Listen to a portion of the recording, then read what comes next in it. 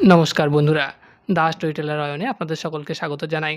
Das storyteller Ayan নিয়ে আসছে বিভিন্ন উপন্যাসিকের উপন্যাসসমূহ শ্রুতিপাঠ্য আকারে। সেই সমস্ত উপন্যাসগুলি আমার চ্যানেলে রয়েছে প্লেলিস্ট আকারে। তো সেই সমস্ত উপন্যাসগুলি আপনাদের একবার শুনে নেওয়ার অনুরোধ রইল। আজ দাস স্টোরিটেলার অয়ন আপনাদের জন্য নিয়ে এসেছে কালের মন্দিরা উপন্যাসের অন্তিম পর্ব। শরদিন্দু বন্দ্যোপাধ্যায় রচিত কালের মন্দিরা উপন্যাসের বাকি পর্বগুলি আমার চ্যানেলে প্লেলিস্ট আকারে রয়েছে। শ্রোতা বন্ধুদের সেই পর্বগুলিও একবার শুনে নেওয়ার অনুরোধ রইল। তাহলে আজকের পর্বের ঘটনা পরম্পরা তাদের বুঝতে অনেকটা সুবিধা হবে বলেই আমি মনে করছি। এবং পাঠটি আপনাদের ভালো লাগলে অবশ্যই লাইক, শেয়ার এবং সাবস্ক্রাইব করবেন, এই অনুরোধ রইল। শুরু করছি শরদিন্দু বন্দ্যোপাধ্যায় রচিত কালের মন্দিরা উপন্যাসের অন্তিম পর্ব তথা পরিশিষ্ট। আবার কপোতকুট। রাজপ্রাসাদ আলোকমালায় ঝলমল করিতেছে, চারিদিকে বাদ্যোদ্যম, ঝল্লরি মুরলী মৃদঙ্গ বাজিতেছে। নগরীর পথে পথে নাগরিক নাগরিকার নৃত্য গীত আরও শান্ত হইতেছে না। পুরাতন রাজপুত্র ও নূতন রাজকুমারীর বিবাহ, দুই রাজবংশ মিলিত হইয়াছে। রট্ট ধর্মাদিত্য জামাতার হস্তে রাজ্যভার অর্পণ করিয়া চিল্লকূট বিহারে আশ্রয় লইবেন। সম্রাট স্কন্দগুপ্ত বর বধূর জন্য স্কন্দাবার হইতে 5টি হস্তি উপহার পাঠাইয়াছেন। বিশ্বাসঘাতক কিরাত মরিয়াছে। সকলেই সুখী, সকলেই আনন্দমত্ত। এমনকি বৃদ্ধ হুন যোদ্ধা মুঙের অধরে হাসি ফুটিয়াছে। প্রত্যেক মদিরা ভবনে নাগরিকেরা আনন্দ কোলাহল করিয়া তাহাকে ডাকিতেছে এবং মদ্যপান করাইতেছে। তাহার বহুশ্রুত গল্প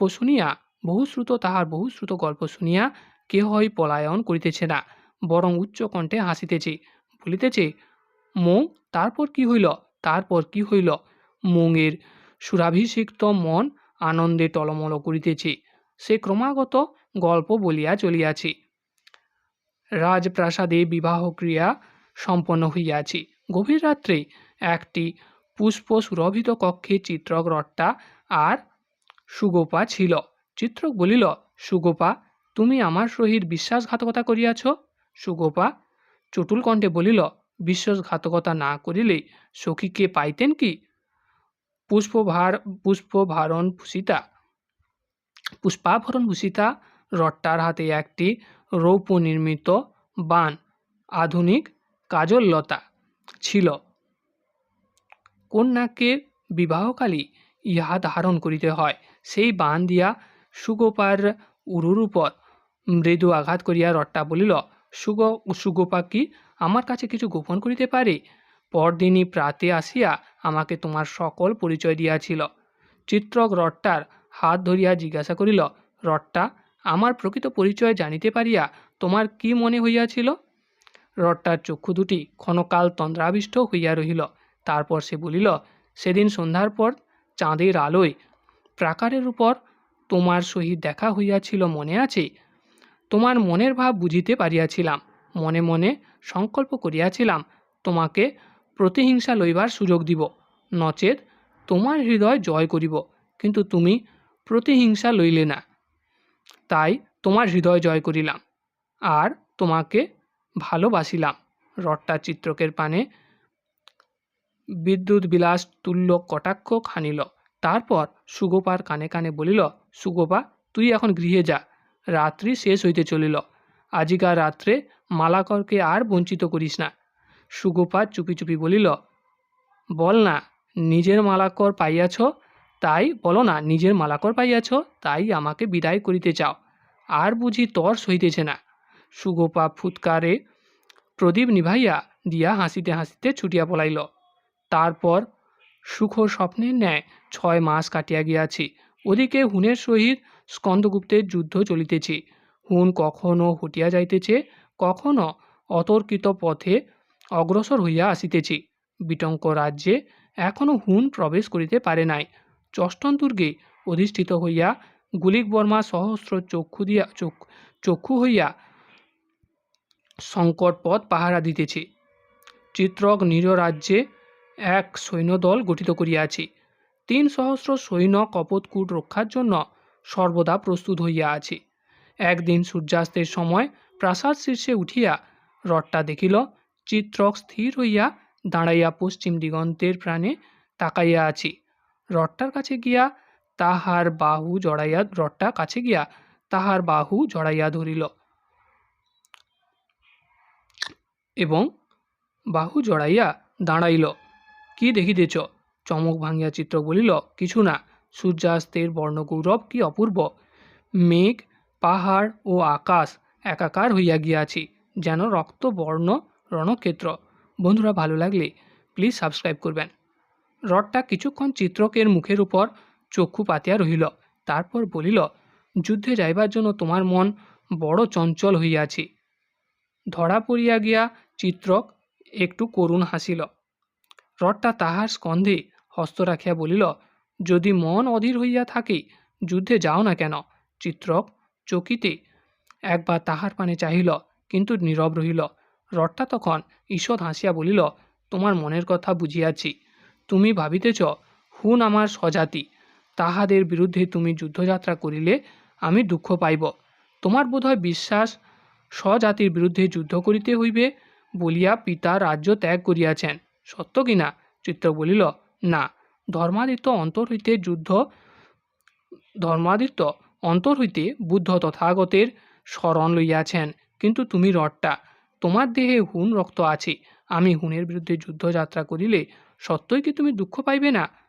রথটা দৃঢ়স্বরে বলিল, না, হুন যেমন তোমার শত্রু তেমনই আমারও শত্রু।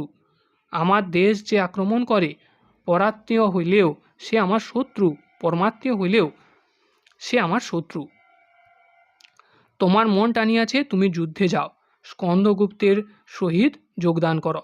চিত্রক রথটাকে বাহুবদ্ধ করিয়া বলিল, রথটা ভাবিয়াছিলাম আমার রাজ্য যতদিন আক্রান্ত না হইবে ততদিন নিরপেক্ষ থাকিব, কিন্তু তবু হৃদয় অধীর হইয়াছিল। তুমি আমার মনের কথা কি করিয়া জানিলে? আমি অন্তর্যামিনী, তাহা এখনও বুঝিতে পারো নাই? রথটা হাসিল। উৎসাহ ভরে চিত্রক বলিল, তবে যাই, আমি ১,০০০ সৈন্য লইয়া যাইব, বাকি ২,০০০ পুরী রক্ষার জন্য থাকিবে। রথটা বলিল, তুমি রাজা, তোমার যাহা ইচ্ছা করো, কিন্তু তোমার অনুপস্থিতিতে রাজ্য দেখিবে কি? চিত্রক বলিল, তুমি দেখিবে, চতুর্ভট্ট দেখিবেন। রথটা অনেকক্ষণ স্বামীর মুখের পানে চাহিয়া রহিল, চোখ দুটি ছলছল করিতে লাগিল। শেষে বাষ্পরুদ্ধস্বরে বলিল, তুমি যখন যুদ্ধ জয় করিয়া ফিরিয়া আসিবে, একটি নূতন মানুষ পুরোদ্বারে তোমাকে অভ্যর্থনা জানাইবে বলিয়া স্বামীর বক্ষে মুখ লুকাইল। সেই সঙ্গে শেষ হল কালের মন্দিরা উপন্যাসটি। বন্ধুরা, পুরো উপন্যাসের পাঠটি কেমন লাগলো শুনে কমেন্টের মাধ্যমে জানাবেন।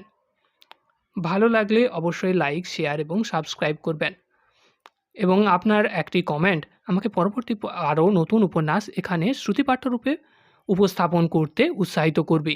তাই আমার ব্যাকুল অনুরোধ রইল, দয়া করে আমার সমস্ত পাঠগুলি শুনে আপনার মতামত জানাবেন, এবং অনুরোধ রইল যদি ভালো লাগে অবশ্যই লাইক, শেয়ার এবং সাবস্ক্রাইব করবেন, এবং শেয়ারের মাধ্যমে ছড়িয়ে দিন আমার এই শ্রুতিপাঠ্যগুলি। সম্পূর্ণ লেখকের ভাষার অনুসরণ করে আমি এখানে পাঠ করে শোনাচ্ছি বিভিন্ন উপন্যাসগুলি। কোনো রকম কোনো ভাষা পরিবর্তন না ঘটিয়ে একবার শুনে আপনার পুরো বইটি একবার পড়ার অভিজ্ঞতা আশা করি আপনি অর্জন করতে পারবেন। সেই অভিলাষ রেখেই আমার এই ছোট্ট নিবেদন, দ্য স্টোরি টেলার অয়ন। ভালো লাগলে অবশ্যই লাইক, শেয়ার এবং সাবস্ক্রাইব করুন, এই অনুরোধ রেখে শেষ করছি শরদিন্দু বন্দ্যোপাধ্যায় রচিত কালের মন্দিরা উপন্যাসটি। নমস্কার।